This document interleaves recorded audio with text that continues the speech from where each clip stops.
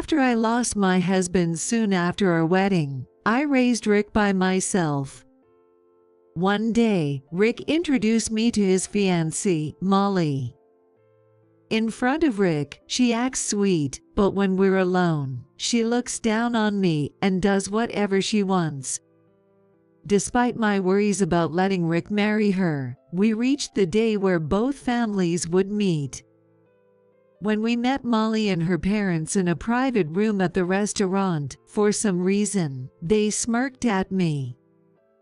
Even after waiting a while, my appetizers still hadn't arrived. Molly's mother said to me, "You don't get one." "What?" "Poor people can't appreciate the taste of a nice steak." Exactly. If we let someone with just a high school diploma eat here, it'll ruin the place's reputation. Molly and her parents grinned with a crude smile. Now, let's eat, Rick. Time to feast with your new family. Rick sighed and said, "Mom, let's go home." "Yay." Seeing Rick's sad expression, I clenched my fists on my lap. I would never forgive them. If they thought I'd stay quiet forever, they were gravely mistaken. I'm Susan, a 50-year-old housewife. I'd been raising my son Rick by myself. After my husband suddenly passed away from illness in the 4th year of our marriage. My parents are still alive, but they live in a rural area and are currently living with my younger brother's family, so I can easily rely on them. After graduating high school, I worked a series of part-time jobs. At the time, my parents were worried about me, so I've avoided depending on them ever since. My husband's parents live nearby, but they're elderly, so it's tough to lean on them. I paid off the mortgage with my husband's life insurance, but I also needed to save for Rick's education and my retirement. To support our 2-person household, I threw myself into my work. Seeing me work so hard, Rick grew up to be an honest and kind kid. He eventually got a job and brought his fiancée home. But my joy over this sweet girl was short-lived. His fiancée and her parents were quite the characters. She's beautiful, capable, and a wonderful person, kind and reliable too. We work on the same team at the office, and she's helped me a lot.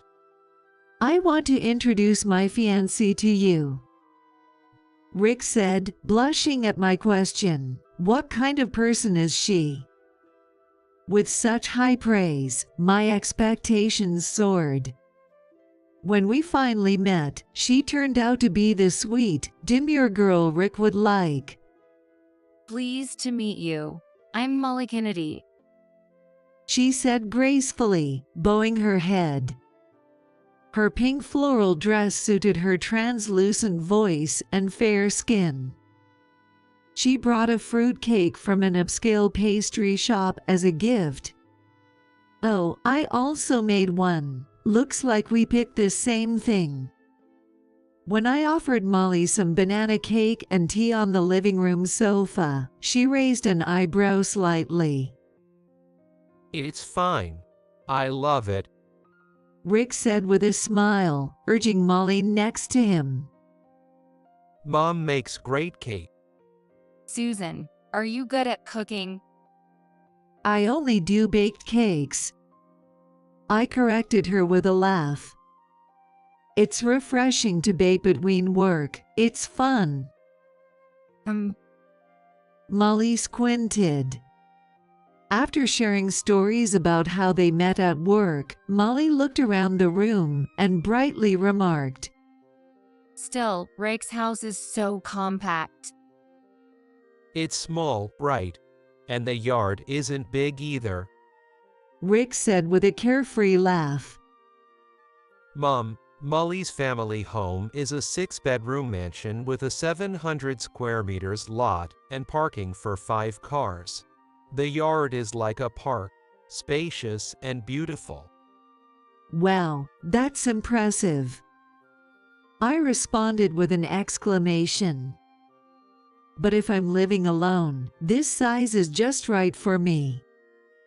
True, it's a hassle hiring housekeeper. I had a question for her. Is your father the president of the Kennedy Group, a restaurant chain? Molly's expression brightened. Yes, my mother's father was the original president, and my dad took over after him. You know a lot. I used to work there part-time years ago. Oh, I see. Molly gave a knowing smile. You're the daughter of a company president, Molly. Oh no, it's not such a big deal. She demurred, waving her hand modestly. I went to the same prestigious girls' school as my mom, from middle school to college. So when I joined the workforce, I had a hard time getting used to men. Molly's shy smile and gentle speech exuded elegance. She had that vibe of being a well-bred young lady. Does that mean they expect Rick to join their family? While I was pondering that, Rick's phone rang. After checking the caller, he apologized and picked up. Sorry, but I'm in the middle of a family meeting, talking about work. What? Rick's face went pale. I see, okay, I'll be right there. He hung up and apologized to us. Sorry, it looks like a coworker messed up a deal. Molly, I'll stop by the office and then come right back, so can you wait here? Molly was momentarily taken aback, but quickly put on a smile. Got it. Don't worry about me. Thanks. I'll be back soon, Mom. With his work bag in hand, Rick left the house, leaving Molly and me to share a vague smile. Spending time alone with someone I just met was awkward, especially given our roles as future mother-in-law and daughter-in-law. As I stood there unsure, Molly stood up, picked up the tray of tea and cake. Where do you throw away food scraps? The trash can is in the corner of the kitchen. Ignoring my puzzled expression, she hurried to the kitchen. Growing suspicious, I followed her only to see her toss my homemade cake into the trash. Molly emptied the tea into the sink and clattered the empty dishes onto the countertop. When I was taken aback, she said in a cold voice like a different person, This disgusting stuff makes me sick. Homemade cake is revolting. She glanced at the tea packages through the glass cupboard door and sneered. Unlike you commoners, I only drink the kind of tea served to the British royal family. This cramped house is already suffocating, and with this kind of food, I could vomit. Leaving me standing in the kitchen, she stormed back to the living room. I followed her, still shocked, and saw her snapping photos of my home's interior with her phone and sending them to her parents. See, my mom and dad are laughing too. Look. She showed me her phone, and I couldn't believe my eyes at the messages. The taste of this commoner's home is hilarious. People actually live in a house that small. Amazing. Can I take a picture of the garden? Must be easy to maintain since you don't need a gardener. I'm so jealous. Until Rick returned home later, Molly continued to ridicule our way of life. I realized she despised me, looking down on me for being common. Despite her mockery of my home, she genuinely seemed to want to marry Rick, often asking me questions. I want to buy Rick a watch as his birthday gift. Does he have a preferred brand? What foods does Rick dislike? We're going out for a picnic this weekend. Though I was appalled by her nerve, I answered her kindly each time, not wanting to create tension between her and Rick. One day, Molly called me. Rick's been asked to organize his high school reunion. He wanted to check his yearbook at your place, but he just got a sudden business trip, so I'll come to get it for him. Dreading her visit, I reluctantly agreed. To avoid any complaints, I prepared premium tea and cookies from a traditional brand, but to my surprise, Molly brought her mother along. Nice to meet you. I'm Karen, Molly's mother. With her permed long hair and strong perfume, Karen was heavily made up and looked much younger than her age. Molly, why did you bring your mother? I asked curiously. Mom wanted to see a small commoner's house. Sorry for dropping by like this. Karen said with a grin. Your house has 4 bedrooms, right? All my friends live in luxury high-rise apartment and upscale neighborhoods. When Molly told me about your place, I got curious and wanted to see it with my own eyes. I was speechless at their rude remarks, while Molly listened with a smile beside her mom. What do these two think other people's homes are for? That pissed me off, but I can't be bothered to refuse them. I reluctantly invited them in. Sure enough, Molly and Karen rummaged through the house, barely focusing on their original purpose. Without my permission, they opened the bathroom, toilet, and hallway closets, gasping with amazement. Oh my, this bath doesn't even have a jacuzzi, and it's so tiny, you can't possibly relax in here. It's okay for me. I forced a smile despite my twitching cheeks. This garden is smaller than our entrance hall. Is there any point to it?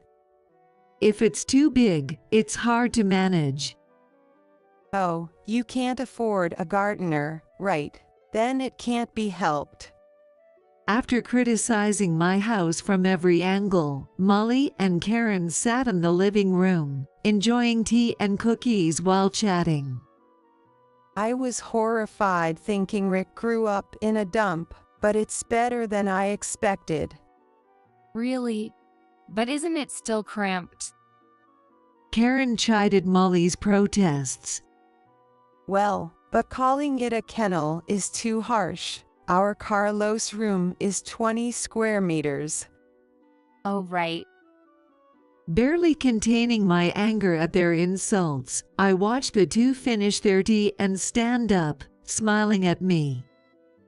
Thanks for letting us see something unusual. We had fun. It was a good way to kill some time, wasn't it, Mom? I could never live here, but coming by sometimes would be all right. I'd never want to live with a daughter-in-law like you either. Swallowing my words, I mustered a fake smile. I'm glad you liked it. Don't forget Rick's yearbook. I got it right here. Molly held up the yearbook she took from Rick's shelf and left with Karen. After they left, I sank into the sofa, exhausted. The fatigue washed over me all at once. Rick's simple nature probably meant he was completely fooled by Molly's sweet act. Is he really going to be all right marrying her? Worry flooded my mind, but thinking of how hurt Rick would be if he discovered her true nature, I hesitated to speak up and time passed by. One day, Rick contacted me. We want to have the families meet at the end of the month. Does that work for you, Mom? I'm free on weekends, so whenever is fine. Feeling curious, I asked. You've already met Molly's mother, right? Yeah, she's bright and pleasant. I see. It seemed they were both putting on an act around Rick. After hanging up, Rick sent the date and name of the upscale restaurant, along with a photo. I booked a salon appointment and decided to wear a new suit. But as the day approached, my anxiety grew. Is it really okay to let my precious son marry someone like her? Her mother belittled me too. And her father is likely similar. To ease my concerns, I devised a plan. On the day of the family meeting, Rick and I arrived at the restaurant. Molly was waiting at the entrance with her parents. At first glance, Molly seemed like a refined young lady. Karen, with her perfect makeup, also radiated an air of elegance. Her father I was meeting for the first time, Michael, was a tall man with handsome features. As he greeted Rick and me with a smile, I couldn't help but feel that he, too, looked down on me inside. Led by the waitress, we moved to a private room, suitable for a pre-marriage meeting, full of ambience and overlooking a garden in the backyard. The meeting started off pleasantly under Michael's lead, but I soon felt uncomfortable. As Rick began introducing us, Molly, Michael, and Karen continuously interrupted him. My mother lost my father after 4 years of marriage and raised me on her own. Such a boring story. Who cares? Look at this instead, Mom. Molly interrupted, flaunting her engagement ring to Karen and Michael.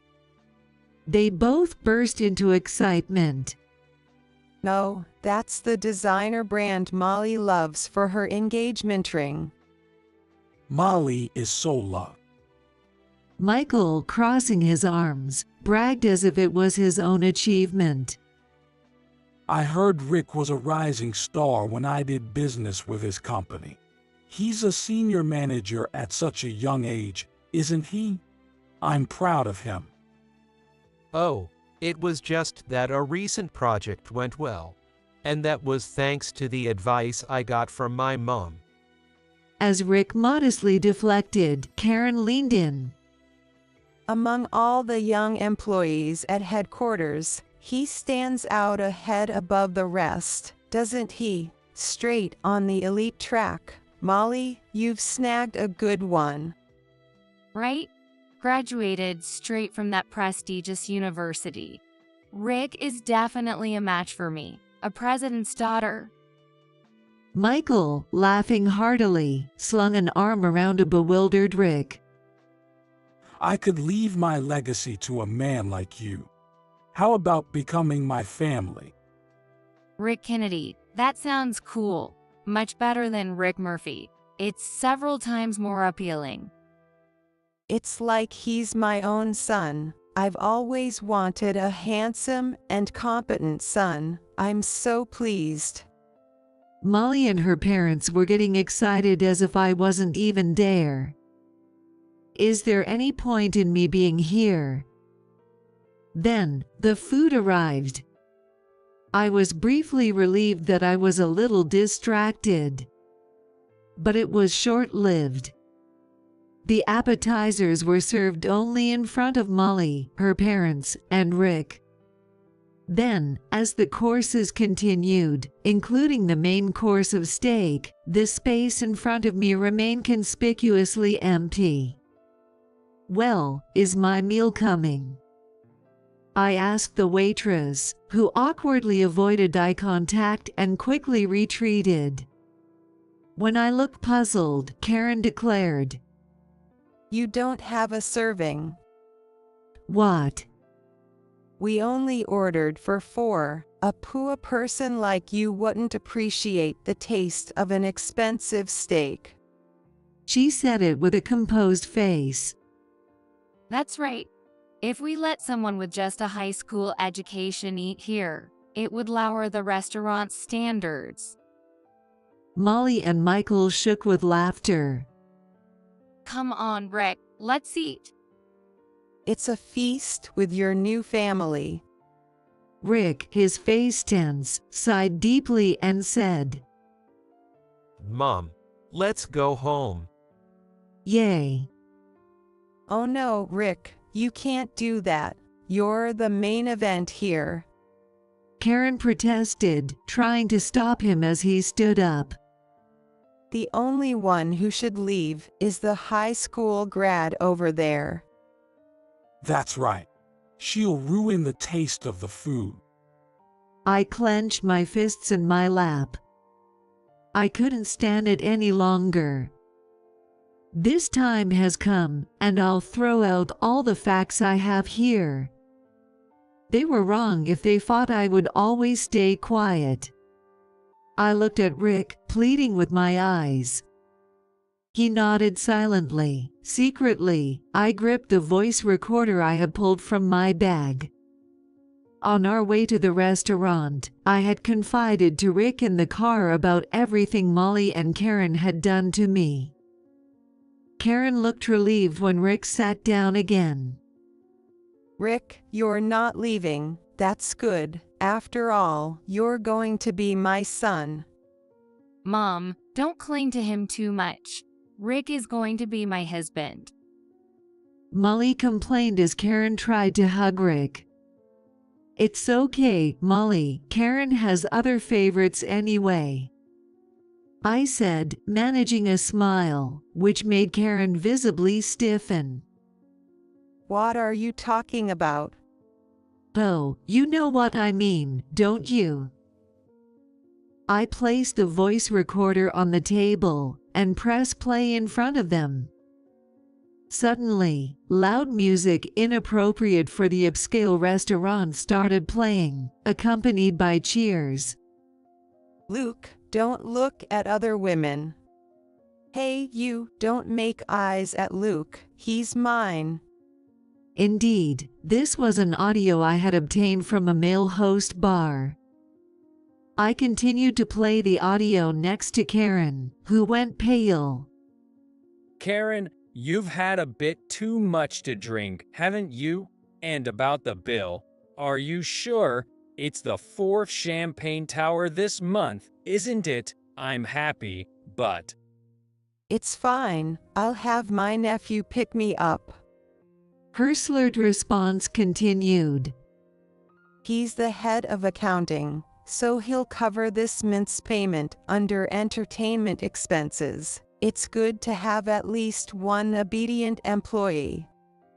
Even if she was drunk, the carelessness of discussing such matters publicly was staggering.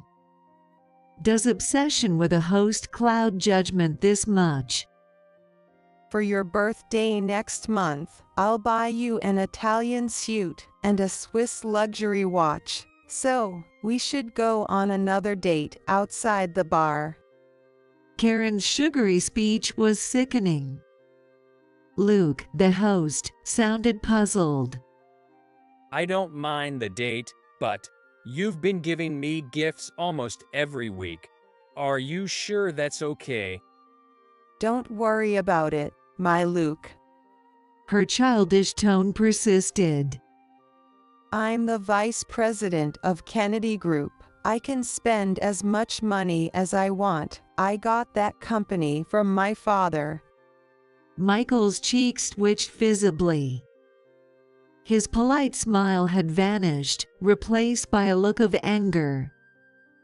The president is my husband, but he joined my family when we got married. That means the company's money is essentially mine. No one can complain. That's so. Oh, your nephew is here. Relief was evident in Luke's voice. I'm sorry for always causing trouble. Auntie Karen, we should go now. I turned off the voice recorder at this point. What the hell is this? Michael asked in a low, angry voice. You've been going to the male host bar at 60. You're a disgrace. I'm only 58. A little fun should be fine. Karen snapped back immediately. And why do you have such a recording? Karen turned her anger toward me, but Rick responded calmly. Luke is the son of a mother's acquaintance. What? Karen's eyes widened. I heard from an acquaintance before. They mentioned a problematic older customer who demanded returns for gifts. It was hard to say no. Recently, I learned it was Molly's mom, so I asked Luke to record their conversations. I was planning to let Molly hear them to persuade her to stop visiting.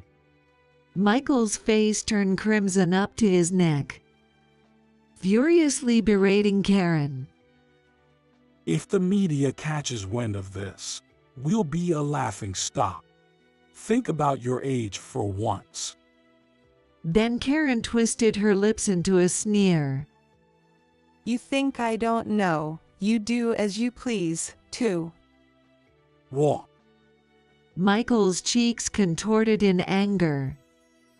Don't act dumb. You're buying an apartment for a hostess and covering her living expenses, right? Karen pulled out her phone, and not just Michael and Molly, but Rick and I also peered in. Your husband wants to divorce you and remarry me. What should I do? The screen displayed a provocative message along with a photo of a man and woman lying together in bed. When I had it checked, you're pretending to work but spending half the week at that apartment, right? And lying about playing golf on weekends to go on trips with this woman. Don't joke around. She hurled her phone into a corner of the room, shouting, What a cocky bar girl. If you have money to play around with, you should give me more. Who do you think got you to where you are now? You're always so noisy. Michael bellowed back. You keep mocking me for being a son-in-law. It's not thanks to you. It's your father who's the significant figure. Just because you were born into money doesn't mean you can strut around. It's disgraceful. The noise was likely audible outside the room. A waitress peered in through a slightly open door, quickly withdrew, perhaps deciding it was better not to escalate the disturbance. The 4 premium steaks on the table cooled down. Sorry, Rick. Molly said, shoulders slumped as her parents argued. My parents are like this, but my feelings for you are real.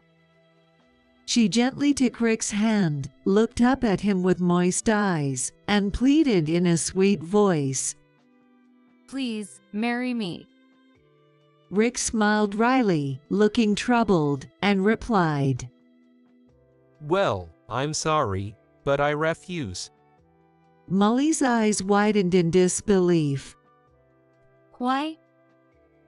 Well, because you don't really love me, do you? Rick wore a self-deprecating smile. No, Rick. Do you want me to say I love you in front of everyone? Oh, you're so cute. Rick firmly told her. You were flirting with 20 younger co-workers from different departments, right? I don't know about that. As Molly's complexion changed, Rick played a recording from his phone. Both parents momentarily paused their argument to watch the unfolding drama. Yes, during overtime. Molly kept persistently approaching me. She confessed, but when I said I had a girlfriend, she snapped back. She said, I'm the better woman, choose me. She invited me on an overnight trip. You're engaged to Rick, right? I asked, and she said, a little cheating is fine. She yelled at me. When I mentioned alternating baby care shifts with my wife, She suggested an affair as a change of pace. I don't understand. As testimony after testimony emerged, Molly froze. I told them to keep quiet. They went and consulted Rick anyway. After a moment of silence, Molly muttered resentfully. Just the other day, I heard from a supervisor that co-workers were struggling to talk to me about it. That's why I spoke to them personally and decided to confront you with the recordings. Rick continued in a calm tone, providing clarity amidst the chaos. Molly, when I first joined a company, you seemed indifferent to me. But a year ago, you invited me to dinner, and since then, you've been coming on strong. I was glad, but something felt off. That's because I suddenly fell in love with you. That's how love works, right? You were interested in my title, weren't you? He said, smiling sadly.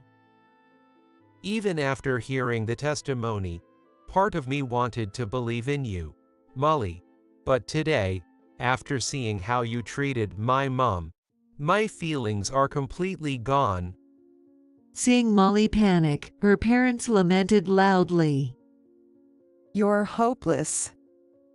Rick Murphy is a promising candidate, and marrying him would benefit our company.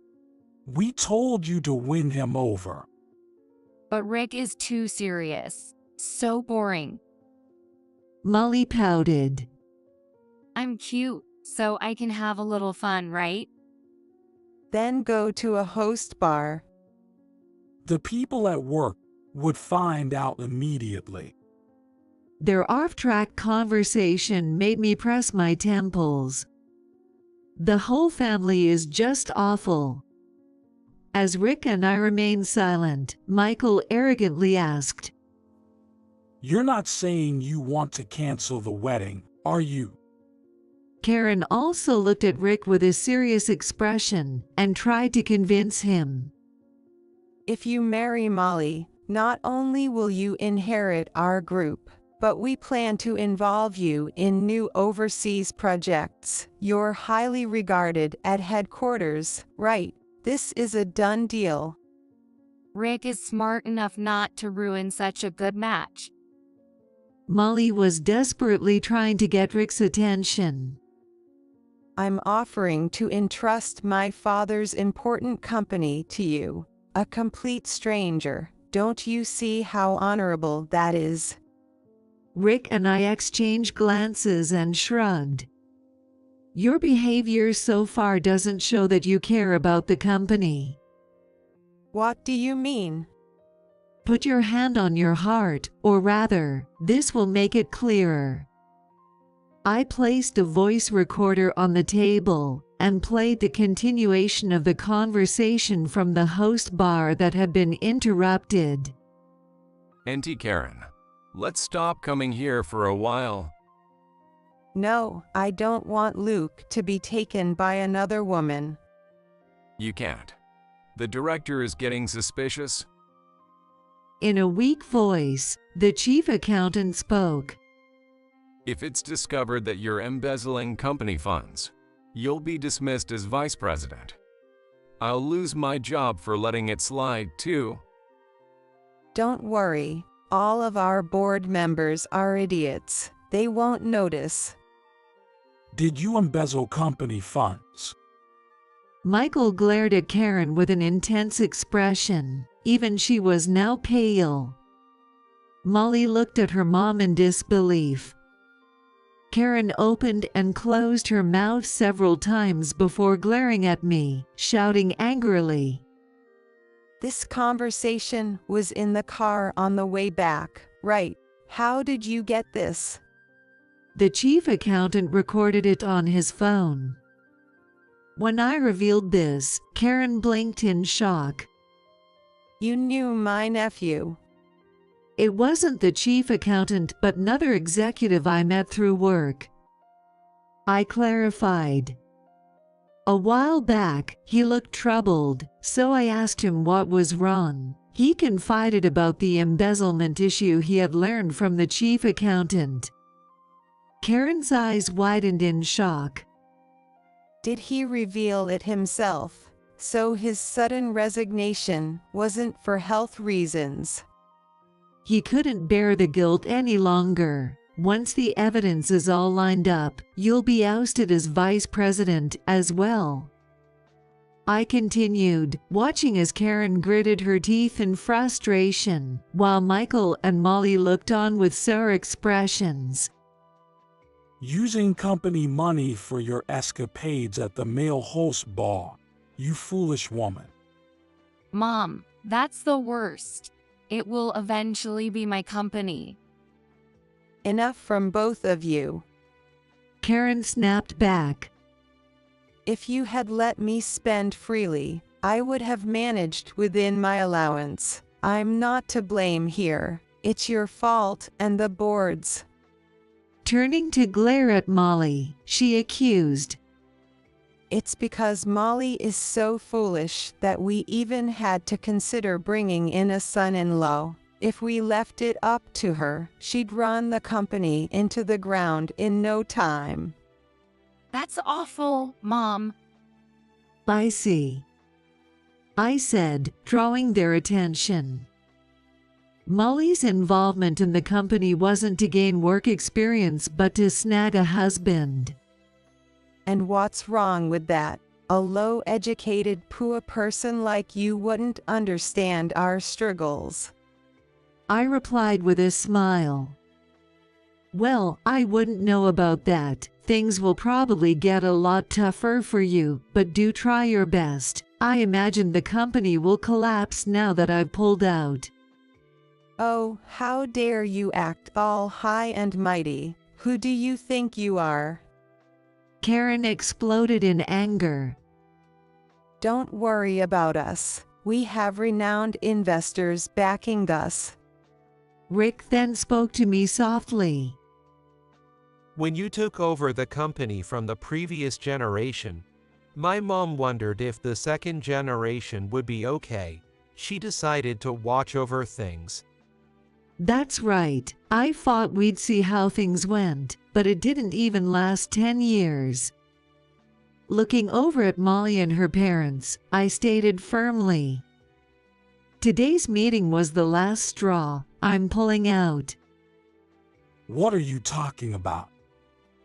It's about my mom's work. You interrupted me during the family introduction, so I couldn't talk about it.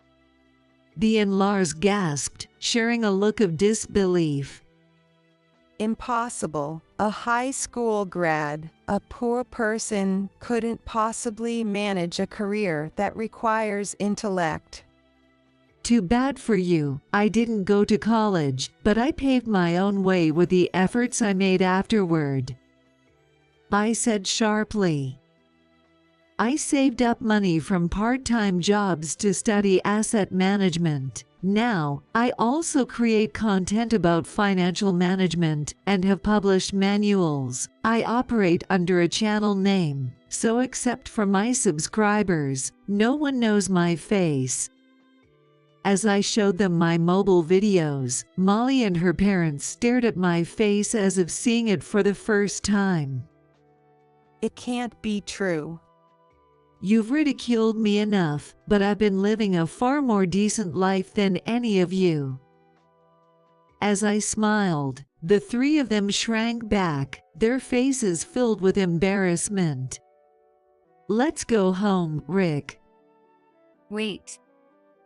Molly called out, stopping us. Her parents quickly seized the opportunity to apologize. We truly regret our many inappropriate comments.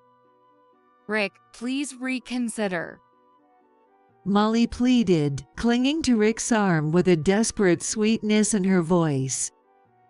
I'll even break it off with the person I'm currently seeing on the side. Please. You're cheating on me. Rick half laughed, clearly unmoved by Molly's display of affection. Her parents joined in her plea. Please give us another chance to make things right. Let's have another meeting. I refuse. Rick stated coldly.